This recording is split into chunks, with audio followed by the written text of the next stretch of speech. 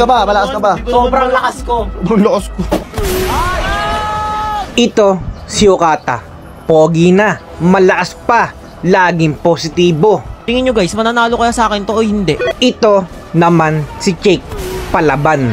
Warmos official, kalmado ang galawan. King Fear, the strongest alive in the world of MLBB. This is Indra, the Joker. He can win while laughing. And don't forget the captain. Kwento ko to! Dapat tol, ako ang bida. Team Okata versus Team King Fear. Who will win?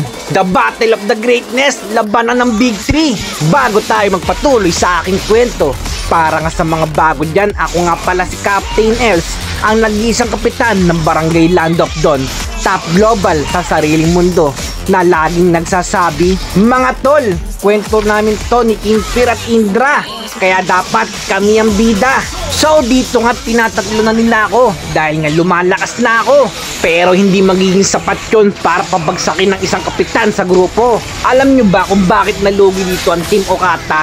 Dahil nga sa grupo ko, merong king, merong captain, merong pang pulis pang kalawakan. Biruin nyo, Star Wars, pang international na yung mga tol.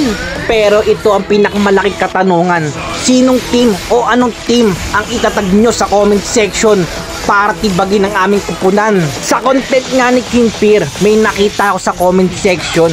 Labanan naman daw namin si Shax at Derrickson. Okay, isama nyo na si Misaki para tatlo silang top global. Sa tingin nyo, o diba, ang ganda nun.